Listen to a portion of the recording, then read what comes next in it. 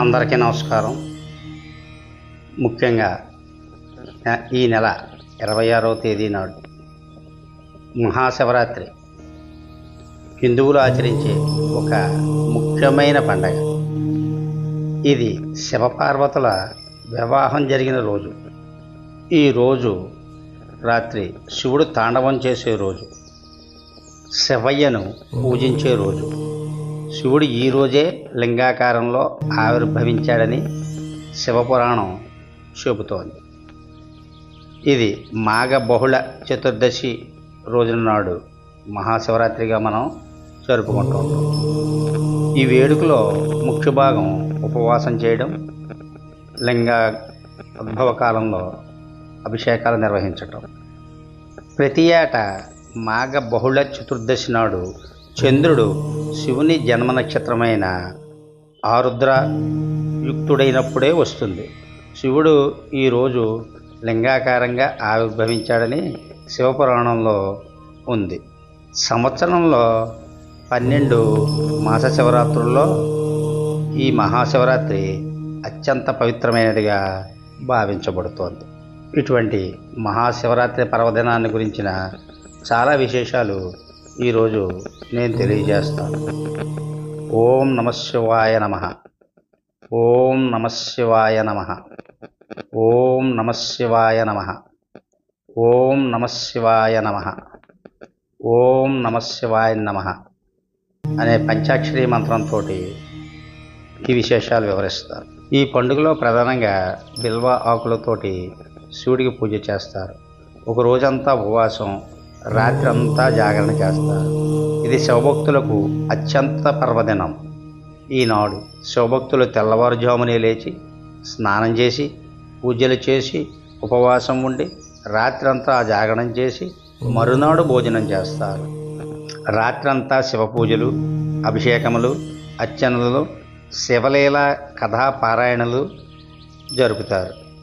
అన్ని శివక్షేత్రాలలో ఈ ఉత్సవాన్ని చాలా గొప్పగా జరుపుతారు. పూర్వం శ్రీశైలం క్షేత్రంలో జరిగే ఉత్సవంను వాల్కురికి సోమనాథుడనే కవి పండితారాధ్య చరిత్రలో చాలా విపులంగా వర్ణించారు. ముఖ్యంగా శైవులు ధరించే భస్మము లేదా విభూతి అంటాం, తయారు చేయడానికి ఈనాడు పవిత్రమైనదని భావిస్తారు. రోజంతా భక్తులు ఓం నమః శివాయ అనే పవిత్రనామాన్ని పఠిస్తూ కాలం గడుపుతారు. ఈరోజు ఉత్తర ధ్రువంలోని గ్రహస్థానాలంతా బలమైనవిగా ఉంటాయి కాబట్టి తపస్సు శక్తిని, యోగశక్తిని, ధ్యానాన్ని, ఆధ్యాత్మిక శక్తిని పెంచుకోవడానికి సహాయం చేస్తాయి. కాబట్టి అందరూ కూడా అభ్యాసం చేస్తారు.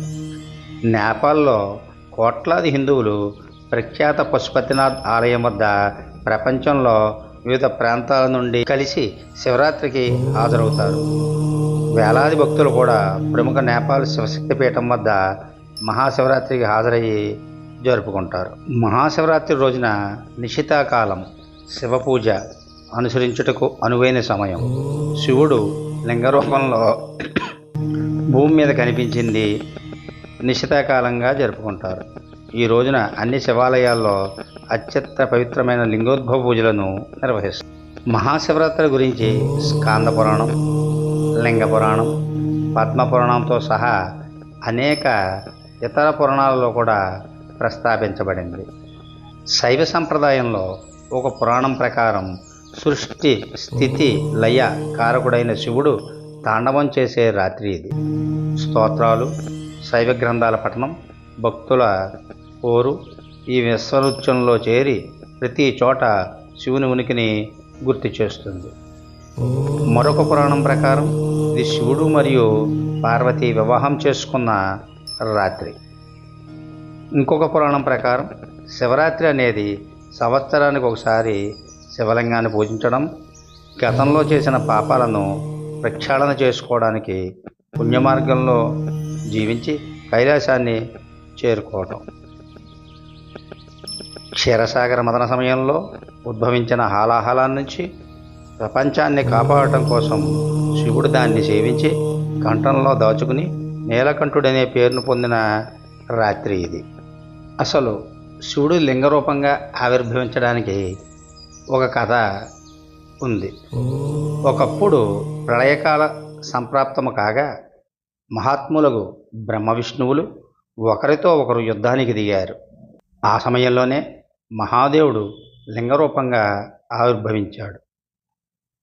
ఒకప్పుడు బ్రహ్మ అనుకోకుండా వైకుంఠానికి వెళ్ళి శేషశయ్యపై నిద్రిస్తున్న విష్ణువుని చూసి, నీవెవరవు? నన్ను చూసి గర్వంతో శయ్యపై పడుకున్నావు. నీ ప్రభువును వచ్చి ఉన్నాను, నన్ను చూడు. ఆరాధనీయుడినైనా గురువు వచ్చినప్పుడు గర్వించిన మూఢుడికి ప్రాయశ్చిత్తం విధించబడుతుంది అని అంటాడు. ఆ మాటలు విన్న విష్ణువు బ్రహ్మను ఆహ్వానించి ఆసనం ఇచ్చి, నీ చూపులు ప్రసన్నంగా లేవేమి అంటాడు. దానికి సమాధానంగా బ్రహ్మ, నేను కాలముతో సమానమైన వేగంతో వచ్చాను, పితామహుడును, జగత్తును నిన్ను కూడా రక్షించేవాడును అంటాడు. అప్పుడు విష్ణువు బ్రహ్మతో, జగత్తు నాలో ఉంది, నీవు చోర్నువలే ఉన్నావు, నీవే నా నాభిలోని పద్మము నుండి జన్మించినావు, కావున నీవు నా పుత్రుడవు, నీవు వ్యర్థముగా మాట్లాడుతున్నావు అంటాడు. ఈ విధంగా బ్రహ్మ విష్ణువు ఒకరితోనొకరు సంవాదంలోనికి దిగి చివరికి యుద్ధ సన్నద్ధులవుతారు.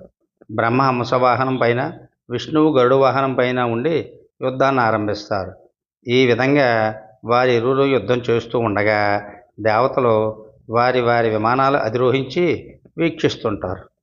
బ్రహ్మ విష్ణువుల మధ్య యుద్ధం అత్యంత ఉత్కంఠతో జరుగుతూ ఉంటే వారు ఒకరి వక్షస్థలంపై ఒకరొకరు అగ్నిహోత్ర సమానమైన బాణాలు సంధించి కొనసాగారు. ఇలా సమరం జరుగుతుండగా విష్ణువు మహేశ్వరాస్త్రం, బ్రహ్మ పాశుపతాస్త్రం ఒకరి మీద ఒకరు సంధించుకుంటారు. అస్త్రాలను వారు సంధించిన వెంటనే సమస్త దేవతలకు భీతి కలుగుతుంది. ఏమీ చేయలేక దేవతలందరూ శివునికి నివాసమైన కైలాసానికి బయలుదేరారు. ప్రమదగణాలకు నాయకుడైన శివుని నివాస స్థలమైన కైలాసంలో మణులు పొదగబడిన సభా మధ్యలో ఉమాశయుతుడైన తేజస్సుతో విరాజిల్లుతున్న మహాదేవునికి పరిచారికలు శ్రద్ధతో వింజామరలు వీచుతున్నారు. ఈ విధంగానున్న ఈశ్వరునికి దేవతలు ఆనంద బాష్పాలతో ప్రణమిల్లుతారు. అప్పుడు ప్రమదగణాల చేత శివుడు దేవతలను తన దగ్గరకు రమ్మని ఆహ్వానిస్తాడు. అన్ని విషయాలు తెలుసుకున్న శివుడు దేవతలతో, బ్రహ్మ విష్ణువుల యుద్ధము నాకు ముందుగానే తెలియను, మీరు కలవరం పడద్దు. బ్రహ్మ విష్ణువులకు ప్రభువైన శివుడు సభలో ఉన్న 100 ప్రమదగణాలను యుద్ధానికి బయలుదేరమని చెప్పి తాను అనేక వాయిద్యాలతో అలంకారంతో కూడిన వాహనంపై పార్వతీదేవితో కలిసి బయలుదేరతాడు. యుద్ధానికి వెళ్ళిన వెంటనే వాద్యాల ఘోషణ ఆపి యుద్ధాన్ని తిలకిస్తాడు. మహేశ్వరాస్త్రం, పాశుపతాస్త్రం విధ్వంసాన్ని సృష్టించబోయే సమయంలో శివుడు అగ్నిస్తంభ రూపంలో ఆవిర్భవించి ఆ 2 అస్త్రాలను తనలో ఐక్యం చేసుకుంటాడు. బ్రహ్మ విష్ణులు ఆశ్చర్యచకితులై ఆ స్తంభం యొక్క ఆది అంతం కనుగొనడం కోసం వారి వారి వాహనాలతో బయలుదేరతారు. విష్ణువు అంతం కనుగొనుటకు వరాహరూపుడై, బ్రహ్మ ఆది తెలుసుకున్నట్టుకు హంసరూపుడై బయలుదేరతారు. ఈ అంత పోయినను అంతము తిరిగిపోవటం వల్ల విష్ణుమూర్తి వెనకకు తిరిగి బయలుదేరిన భాగానికే వస్తాడు. బ్రహ్మ పైకి వెళ్ళే సమయంలో మార్గమధ్యంలో కామధేనువు క్రిందికి దిగుతూ, అలాగే ఒక మొగలి పువ్వు క్రిందికి పడుతూనూ కనిపించాయి. ఆ రెంటినీ చూసిన బ్రహ్మ, నేను ఆది చూశాను అని అసత్యం చెప్పండి, ఆపత్కాలములందు అసత్యం చెప్పడం ధర్మసమ్మతమే అని చెప్పి కామధేనువుతోనూ మొగలి పువ్వుతోనూ ఒడంబడిక చేసుకుంటాడు. బ్రహ్మ తిరిగి స్వస్థానానికి వచ్చి అక్కడ ఉన్న విష్ణువుని చూసి తాను ఆదిని చూశానని, దానికి సాక్ష్యం కామధేనువు మొగలి పువ్వు అని చెబుతాడు. అప్పుడు విష్ణువు ఆ మాటలు నమ్మి బ్రహ్మకి షోడచోపచారాలతో పూజ చేస్తాడు. కానీ శివుడు ఆ రెండింటినీ వివరం అడుగగా బ్రహ్మ స్తంభం ఆదిని చూడడం నిజమేనని మొగలి పువ్వు చెబుతుంది. కామధేనువు మాత్రం నిజమేనని తల ఊపి నిజం కాదని తోకను అడ్డంగా ఊపింది. జరిగిన మోసాన్ని తెలుసుకున్న శివుడు కోపోద్రిక్తుడైనాడు. మోసం చేసిన బ్రహ్మను శిక్షించడం కోసం శివుడు అగ్నిలింగ స్వరూపం నుండి సాకారమైన శివుడిగా ప్రత్యక్షమవుతాడు. అది చూసి విష్ణువు, బ్రహ్మ శివునికి నమస్కరిస్తారు. శివుడు, విష్ణువు సత్యవాక్యానికి సంతసించి ఇక నుండి తనతో సమానమైన పూజా కైంకర్యాలు విష్ణువు అందుకుంటాడని, విష్ణువుకు ప్రత్యేకంగా క్షేత్రాలు ఉంటాయని ఆశీర్వదిస్తాడు. అబద్ధం చెప్పిన బ్రహ్మను శివుడు అతని గర్వం అణచడానికి తన కనుబొమ్మల నుండి భైరవుడిని సృష్టించి పదునైన కత్తితో ఈ బ్రహ్మను శిక్షించుము అని చెబుతాడు. ఆ భైరవుడు వెళ్ళి బ్రహ్మ పంచముఖాలలో ఏ ముఖం అయితే అసత్యం చెప్పిందో ఆ ముఖాన్ని పదునైన కత్తితో నరికివేస్తాడు. అప్పుడు మహావిష్ణువు శివుడి వద్దకు వెళ్ళి, పూర్వము ఈశ్వర చిహ్నంగా బ్రహ్మకు 5 ముఖాలు ఇచ్చి ఉంటుంది. ఈ మొదటి దైవము ఒక బ్రహ్మను ఇప్పుడు క్షమించుము అన్నాడు. ఆ మాటలు విన శివుడు శరణుజొచ్చిన బ్రహ్మను ఉద్దేశించి, నీకు ఒక గొప్ప వరమును ప్రసాదించదును. ఓ బ్రహ్మ, నీకు గొప్పనైన దుర్లభమైన వరమును ఇస్తున్నాను. అగ్నిహోష్టమును, దర్శ మొదలగు యజ్ఞములలో నీది గురుస్థానము. ఎవరైనా చేసినా యజ్ఞములలో అన్ని అంగములు ఉన్నా అన్నిటినీ సరిగా నిర్వర్తించిన, యజ్ఞ నిర్వహణ చేసిన, బ్రాహ్మణులకు దక్షిణలు ఇచ్చినా నీవు లేని యజ్ఞము వ్యర్థమగును అని వరమిచ్చాడు. అసత్యము పలికిన మొగలి పువ్వుకు నీకు పూజలు ఉండకుండా ఉండుగాక అని అనగానే దేవతలు కేతకీ పుష్పాన్ని దూరంగా ఉంచారు. దీనితో కలత చెందిన కేతకీ పుష్పము, పరమేశ్వరుడైన నిన్ను చూసిన తరువాత కూడా అసత్య దోషము ఉండునా అని మహాదేవుడిని స్తుతించింది. దాంతో ప్రీతి చెందిన శివుడు, అసత్యము చెప్పిన నిన్ను ధరించడం జరగదు, కానీ కేతకీ పుష్పాన్ని నా భక్తులు ధరిస్తారు. అసత్యాన్ని చెప్పిన కామధేనును కూడా శివుడు శిక్షించాడు. అసత్యమాడినందుకు పూజలు ఉండని శివుడు కామధేనువుకు శాపమిచ్చాడు. తోకతో నిజం చెప్పాను కనుక క్షమించమని కామధేనువు శివుని ప్రాధేయపడింది. అప్పుడు శివుడు కోపమును దిగమింది, మొగముతో అసత్యమాడిదు కనుక నీ మొహము పూజనీయము కాదు, కానీ సత్యమాడిన నీ తోకభాగము పునీతమై పూజలు అందుకొను అని శివుడు చెప్పాను. అప్పటి నుండి గోముఖము పూజార్హతము కానిదైనది. గోమూత్రము, గోమయము, గోక్షరము పునీతములైనవై పూజా పురస్కారములలో వాడబడుచున్నవి. ఇక మహాశివరాత్రి వ్రత గురించిన ఒక కథను మీకు చెబుతాను. ఒకప్పుడు ఒక పర్వత ప్రాంతమున హింసావృత్తి గల వ్యాధుడు ఒకడు ఉండెను. అతడు ప్రతి ఉదయం అడవికి వెళ్ళి సాయంత్రం ఏదైనా మృగమును చంపి తెచ్చు కుటుంబాన్ని పోషించేవాడు. కానీ ఒకనాటి ఉదయమున బయలుదేరి అడవి అంతా తిరిగినా ఒక్క మృగము కూడా కనపడలేదు. చీకటి పడుతున్న ఉత్తి చేతులతో ఇంటికి వెళ్ళడానికి మనస్కరించక దారిలో అతనికి ఒక తటాకము కనిపించను. ఏవైనా మృగములు నీరు తాగుట కోసము అతడికి తప్పకుండా వస్తాయని వేచి ఉండి వాటిని చంపవచ్చునని ఆలోచించి దగ్గరలో ఉన్న చెట్టు ఎక్కి తన చూపులకు అడ్డముగానున్న ఆకులను కాయలను విరిచి క్రింద పడవేయసాగాను. చలికి శివశివ శివశివ అని వణుకుచూ విల్లు ఎక్కుపెట్టి మృగాల కోసం వేచి ఉండేది. రాత్రి అయినది. మొదటి జామున ఒక పెంటిలేడి నీరు త్రాగుటకు అక్కడికి వచ్చాను. వ్యాధుడు దానిపై బాణము విడవబోగా లేడి భయపడక, వ్యాధుడా నన్ను చంపకము అని మనుష్య వాక్కులతో ప్రార్థించాను. వ్యాధుడు ఆశ్చర్యపడి, మనుష్యుల వలె మాట్లాడు, నీ సంగతి తెలుపమని కోరాను. దానికి జింక, నేను పూర్వజన్మన రంభయన అప్సరసను, హిరణ్యాక్షుడను రాక్షసరాజును ప్రేమించి శివుని పూజించడం మరిచితిని. దానికి రుద్రుడు కోపించి, కామాతురై అయిన నీవు నీ ప్రియుడిని జింకలుగా 12 ఏళ్ళు కలిపి ఒక వ్యాధుడు బాణంతో చంపనుండగా శాపవిముక్తమవును అని సెలవిచ్చాను. నేను గర్భిణిని, అవధ్యను కనుక నన్ను వదులుము. మరొక పెంటి జింక ఇచ్చటికి వచ్చును, అది బాగుగా బలిసింది కావున దాన్ని చంపము. లేనిచో నేను వసతికి వెళ్ళి ప్రసవించి శిశువును బంధువులకు అప్పగించి తిరిగి వస్తానని చెప్పి ఒప్పించి వెళ్ళాను. రెండవ జాము గడిచాను. మరొక పెంటి జింక కనిపించాను.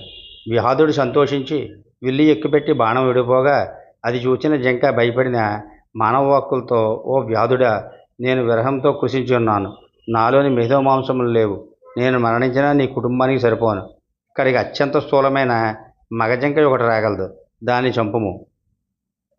కానిచో నేనే తిరిగి వత్తును అని వ్యాధుడు దాన్ని కూడా విడిచిపెట్టాను. మూడో జాము వచ్చాను. వ్యాధుడు ఆకలితో జింక కోసం వేచి ఉండెను. అంతలో ఒక మగజింక అక్కడికి వచ్చాను. వింటితో బాణం విడవబోగా ఆ మృగము వ్యాధుని చూచి మొదటి రెండు పెంటి జింకలను తన ప్రియురాలుని తానే చంపినా అని ప్రశ్నించాను. అందుకు వ్యాధుడు ఆశ్చర్యపడి, 2 పెంటి జింకలు మరల వచ్చుటకు ప్రతిజ్ఞ చేసి వచ్చి వెళ్ళినవని నిన్ను నాకు ఆహారముగా పంపుతాయని చెప్పాను. ఆ మాట విని నేను ఉదయాన్నే మీ ఇంటికి వచ్చేదను, నన్ను విడిచిపెట్టుము అని ప్రమాణం చేసి వెళ్ళాను. ఇట్లు 4 జాములు గడిచి సూర్యోదయ సమయంలో వ్యాధుడి జింకల కొరకు ఎదురు చూచుచుండెను. కొంతసేపటికి ఆ 4 జింకలు వచ్చి నన్నే మొదట చింపము అనుచు వ్యాధుని ఎదుట మోకరిల్లాను. అతడు మృగముల సత్యనిష్టగా ఆశ్చర్యపడాను. వాని చంపుటకు అతనికి మనస్సు ఒప్పలేదు. తన హింసావృత్తిపై జిగుప్స కలిగాను. ఓ మృగములారా, మేము నివాసములకు వెళ్ళుము. నాకు మాంసం అక్కర్లేదు. మృగములను బెదిరించుట, బంధించుట, చంపుట పాపము. కుటుంబ కొరకే ఇక నేను ఆ పాపం చేయను. ధర్మములకు దయమూలము, దయయే సత్యఫలము. నీవు నాకు గురువు, ఉపదేష్టవు. కుటుంబ సమేతముగా నీవు వెళ్ళుము.